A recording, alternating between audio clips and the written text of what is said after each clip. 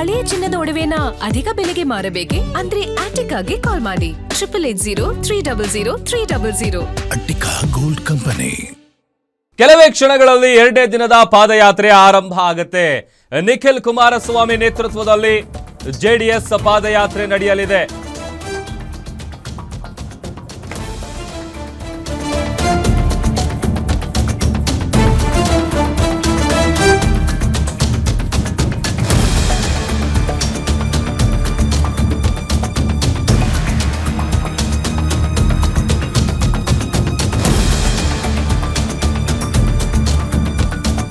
ಬಿಡದಿಯ township ಯೋಜನೆಯನ್ನ ವಿರೋಧಿಸಿ JDS ಹಮ್ಮಿಕೊಂಡಿರುವಂತಹ ಪಾದಯಾತ್ರೆ 2ನೇ ದಿನದ ಪಾದಯಾತ್ರೆ ಆರಂಭ ಆಗಿದೆ ಅಂತೇಳಿ ಗೊತ್ತಾಗ್ತಾ ಇದೆ. ಜೆಡಿಎಸ್ ನಾಯಕರಿಂದ 2ನೇ ದಿನದ ಪಾದಯಾತ್ರೆಯನ್ನ ಶುರು ಮಾಡಿದ್ದಾರೆ. ನಿಖಿಲ್ ಕುಮಾರಸ್ವಾಮಿ ಅವರ ನೇತೃತ್ವದಲ್ಲಿ ಜೆಡಿಎಸ್ ಪಾದಯಾತ್ರೆ ನಡೀತಾ ಇತ್ತು. ನಿನ್ನೆ ವಿಜಿಎಸ್ ಸರ್ಕಲ್ ವರೆಗೂ ಕೂಡ ಆ ಒಂದು ಪಾದಯಾತ್ರೆ ಬಂದು ಅಂತ್ಯ ಆಗಿತ್ತು. ಇವತ್ತು 2ನೇ ದಿನದ ಪಾದಯಾತ್ರೆಯನ್ನ ದೊಡ್ಡಗೌಡರು ಆರಂಭಿಸಿದ್ದಾರೆ. ಈಗ ಸಿದ್ದರಾಮಯ್ಯವರು 16 ಬಡ್ಜೆಟ್ ಅನ್ನ ಇಟ್ಟು ನಾವೇನು ಒಂದು ಮಾತಾಡಲಿಲ್ಲ. ನಾನು ಒಂದು ಮಾತನಾಡಿಲ್ಲ. 16 ಬಡ್ಜೆಟ್ ಅನ್ನು ಇಟ್ಟು ನಾನೇನು ಮಾತನಾಡಿಲ್ಲ.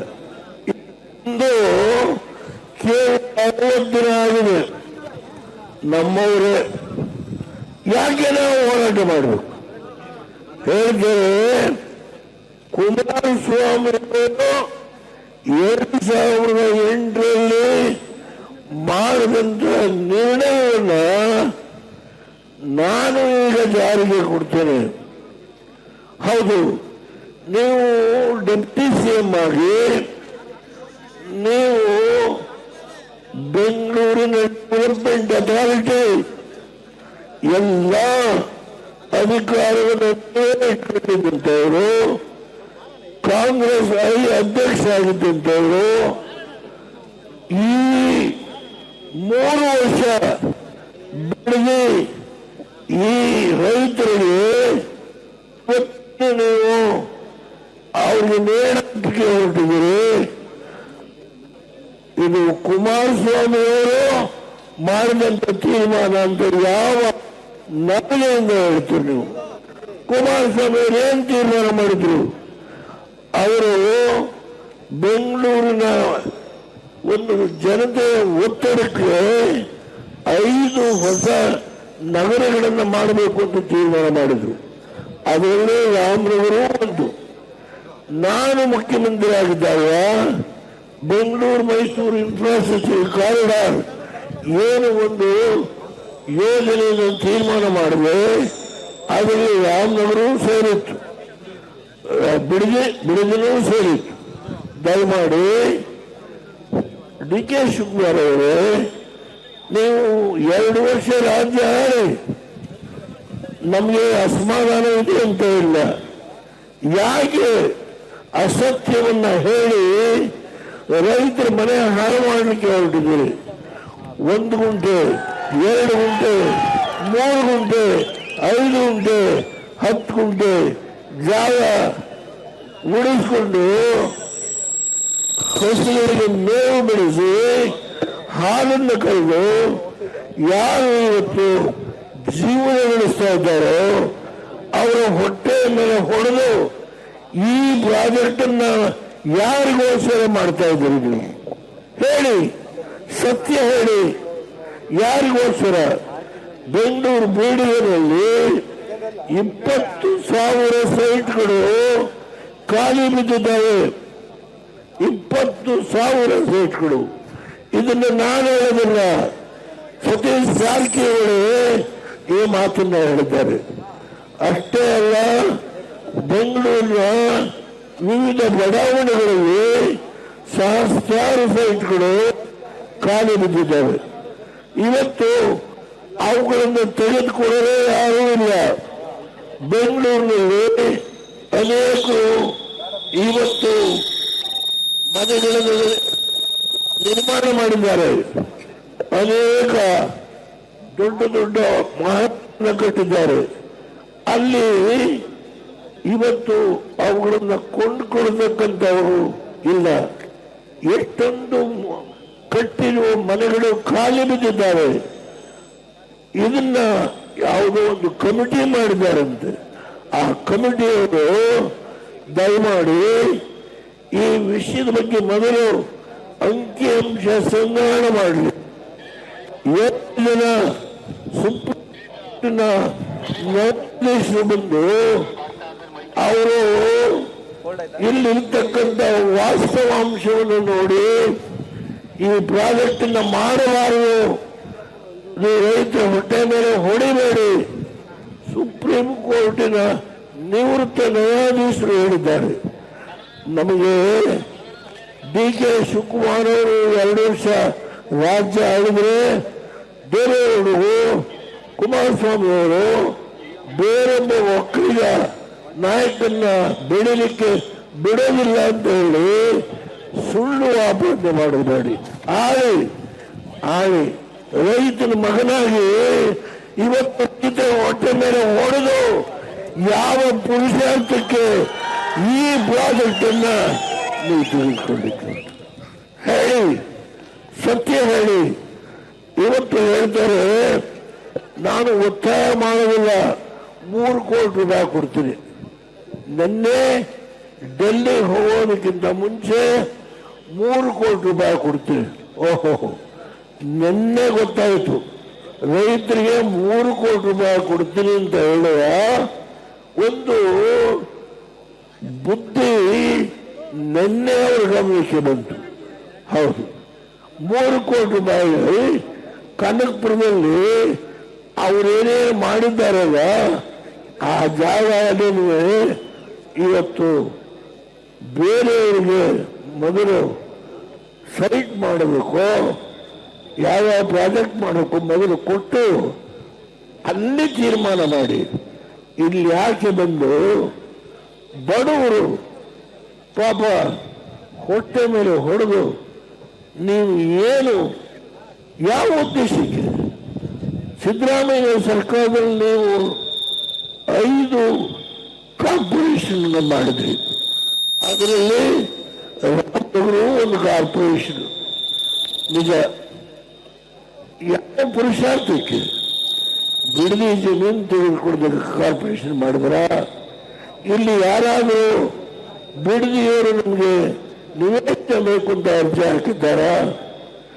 ರಾಮನಗರದವರೇನಾದರೂ ನಮಗೆ ನಿವೇಶನ ಬೇಕು ಅಂತ ಅರ್ಜಿ ಹಾಕಿದ್ದಾರ? ಬೆಂಗಳೂರಿನವರು ಯಾರಾದರೂ ನಮಗೆ ನಿವೇಶನ ಬೇಕು ಅಂತ ಅರ್ಜಿ ಹಾಕಿದ್ದಾರ? ಹೇಳಿ, ದಯಮಾಡಿ ಹೇಳಿ. ಡಿ.ಕೆ. ಶಿವಕುಮಾರ್ ಅವರೇ, ದಯಮಾಡಿ ಹೇಳಿ. ನೀವು ರಾಜ್ಯ ಆಡಬೇಕು, ನಮ್ದೇನು ತಕರಾರಿಲ್ಲ. ಆದರೆ ಎಲ್ಲಿಯವರೆಗೆ ನೀವು ರೈತರ ಹೊಟ್ಟೆಯ ಮೇಲೆ ಹೊಡೆಯಲಿಕ್ಕೆ ಹೋಗ್ತಿರೋ ಅಲ್ಲಿಯವರೆಗೆ ಈ ರಾಜ್ಯದಲ್ಲಿ ಕುಮಾರಸ್ವಾಮಿ ಅವರ ನೇತೃತ್ವದಲ್ಲಿ, ನಿಖಿಲ್ ಕುಮಾರಸ್ವಾಮಿ ಅವರ ನೇತೃತ್ವದಲ್ಲಿ ದೇವೇಗೌಡನಿಗೆ 93 ವರ್ಷ ಆಗಿರಬಹುದು. ನಾನು ಯಾವ ಕಾರಣದಿಂದ ಬರೆದಿಟ್ಕೊಳ್ಳಿ. ನನ್ನ ರೈತರ ಹೊಟ್ಟೆಯ ಮೇಲೆ ಹೊಡೆದು ನಿಮ್ಮ ಸೌಧವನ್ನು ಕಟ್ಟಲಿಕ್ಕೆ ಡೆಲ್ಲಿಯಲ್ಲಿ ನೀವೇನು ಯಾರ್ಯಾರಿಗೆ ಏನೇನು ಭರವಸೆ ಕೊಟ್ಟು ಬಂದಿದ್ದೀರೋ ಮುಖ್ಯಮಂತ್ರಿ ಆಗಲಿಕ್ಕೆ, ಸಿದ್ದರಾಮಯ್ಯವ್ರನ್ನು ತೆಗೆದು ಮುಖ್ಯಮಂತ್ರಿ ಆಗಲಿಕ್ಕೆ ನೀವು ಯಾರ್ಯಾರಿಗೂ ಸಹಾಯ ಮಾಡ್ತೀನಿ ಅಂತ ಹೇಳಿ ಬಂದಿದ್ದೀರೋ ಆ ಸಹಾಯವನ್ನು ಮಾಡಲಿಕ್ಕೆ ಇಲ್ಲಿ ರೈತರ ಹೊಟ್ಟೆ ಮೇಲೆ ಹೊಡೆದು ಈ ಜಮೀನನ್ನ ಯಾರಿಗೆ ಕೊಡ್ಲಿಕ್ಕೆ, ಯಾವ ಕಂಪನಿಗೆ ಕೊಡ್ಲಿಕ್ಕೆ, ಯಾವ ಇಲ್ಲಿ ಲೇಔಟ್ ಮಾಡಲಿಕ್ಕೆ ಮುಂದೆ ಬಂದಿದ್ದಾರೆ? ಹೇಳಿ, ಸತ್ಯ ಹೇಳಿ. ದಯಮಾಡಿ ಕೈ ಮುಗಿದು ಪ್ರಾರ್ಥನೆ ಮಾಡ್ತೇನೆ. ಇವತ್ತು ನೀವು ಹೇಳಿದಿರಿ ಅವರ ಹೇಳಿಕೆಯಲ್ಲಿ ನಾನು ಒತ್ತಾಯ ಮಾಡೋದಿಲ್ಲ, ಅವರಾಗಿ ಕೊಟ್ಟರೆ ತಗೊಳ್ತೀನಿ. ಈ ಮಾತನ್ನ ಹೇಳ್ತಾರೆ, ನಾನು ಒತ್ತಾಯ ಮಾಡಿದೆ. ಇಲಾಖೆ ಇಲ್ಲಿ ಸೇರಿದ ನೀವೆಲ್ಲ ಸ್ವಾಗತ ಮಾಡಿ ನಮ್ಮ ಜಮೀನು ಕೊಡ್ತೀವಿ ಬನ್ನಿ ಅಂತೇಳಿ ಕರೆದಿದ್ದೀರಾ? ನಾವು ಒತ್ತಾಯ ಮಾಡಿ ನಾನು ಯಾವ ಜಮೀನು ತೆಗೆದುಕೊಳ್ಳೋದಿಲ್ಲ. ನಿನ್ನೆ ಡೆಲ್ಲಿ ಹೋಗೋದಕ್ಕಿಂತ ಮುಂಚೆ ಹೇಳಿದ್ದಾರೆ. ಇವತ್ತು ಒಂದು ನಾನು ಆಗಲೇ ಹೇಳಿದ್ದೇನೆ, ಗೊತ್ತಿದ್ದಾರೆ 314 ಒಟ್ಟು ಭೂಮಿ ಎಕರೆ, ಅರಳಸಂದ್ರ 1494, ಮೂಳಬಾಳ್ಯ 71, ಕೆಂಪರಬಾಳ್ಯ 784, ಬನಗಿರಿ 714, ಹೊಸೂರು 2544, ವಡೇರಳ್ಳಿ 65, ಒಟ್ಟು 7,481 ಎಕರೆ ಭೂಮಿ ಇವತ್ತು ನೀವು ಆಕ್ರಮಣ ಮಾಡಲಿಕ್ಕೆ ಹೊರಟಿದ್ದೀರಿ. ಇನ್ನೊಂದು ಹೇಳಿದ್ದಾರೆ ಸ್ಟೇಟ್ಮೆಂಟ್ನಲ್ಲಿ, ನಾನು ಯಾವುದೇ ಕಾರಣದಿಂದ ಅವರ ಜಮೀನನ್ನು ಒತ್ತಾಯಪೂರ್ವಕವಾಗಿ ತೆಗೆದುಕೊಡೋದಿಲ್ಲ. ಈ ಮಾತನ್ನ ಅವರು ಡೆಲ್ಲಿಗೆ ಹೋಗುವಾಗ ಹೇಳ್ತಾರೆ. ನಾನು ಅದನ್ನು ಓದಿಬಿಡ್ತೇನೆ, ಇದನ್ನೇ ಓದ್ತೇನೆ, ನಾನು ತಗೊಳ್ಳಲ್ಲ ಅಂತ ಹೇಳಿ ಹೇಳಿದ್ದಾರೆ. ಇವತ್ತು ನೀವು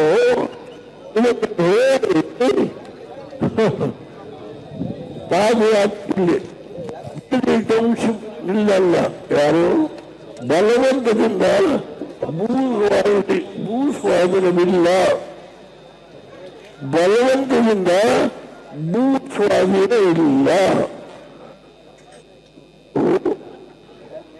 DK ಶಿವಕುಮಾರ್ ಅವರು ಹೇಳಿರ್ತಕ್ಕಂಥ ಮಾತು ಅದನ್ನು ಉಳಿಸ್ಕೊಳ್ಳಿ.